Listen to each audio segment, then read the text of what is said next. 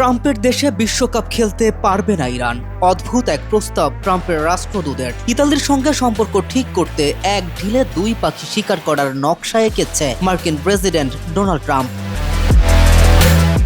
2026 বিশ্বকাপ থেকে ইরানকে বাদ দিয়ে ইতালিকে যুক্ত করার প্রস্তাব দিয়েছে ট্রাম্পের বিশেষ দূত। ইরান যুদ্ধে পোপলিও চতুর্দশের প্রতি ট্রাম্পের খ্যাপাটে আচরণের ফলে ইতালির প্রধানমন্ত্রী জর্জিয়া মেলোনির সঙ্গেও সম্পর্কের চির ধরেছে ট্রাম্পের। তবে সম্পর্কের ব্যাপারে ট্রাম্প আবার বেশ লয়াল, তাই তো এক ঢিলে দুই পাখি মারার চেষ্টা মার্কিন প্রেসিডেন্টের। এই প্রস্তাব বাস্তবায়িত হলে একদিক থেকে যেমন ইতালির সঙ্গে ট্রাম্পের সম্পর্ক আবার ঠিক হবে, অন্যদিক থেকে শত্রু দেশ ইরানকে বিশ্বের সবচেয়ে বড় আসর ফিফা ওয়ার্ল্ড কাপ থেকেও ছুড়ে ফেলা হবে। ফলে এখানেও কৌশলগত দিক থেকে যুদ্ধ জয়ের পৈশাচিক আনন্দ ছুঁয়ে যাবে ট্রাম্পকে।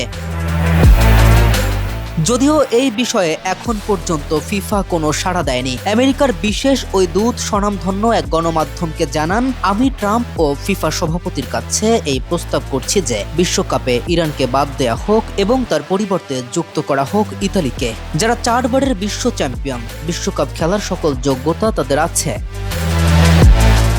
এমন অদ্ভুত প্রস্তাবের পরে সমালোচনার ঝড় বইছে সোশ্যাল মিডিয়ায়। বাছাই পর্ব থেকে বিশ্বকাপ খেলার যোগ্যতা অর্জন করা একটা দেশকে রাজনৈতিক হস্তক্ষেপে বাদ দেওয়ার প্রস্তাবের বিষয়টি খেলাটির সৌন্দর্য নষ্ট করে। ক্রীড়াঙ্গনে রাজনীতির জায়গা না হোক, এমন মন্তব্য অসংখ্য ফুটবল ভক্তদের। K M Rafin, news 24।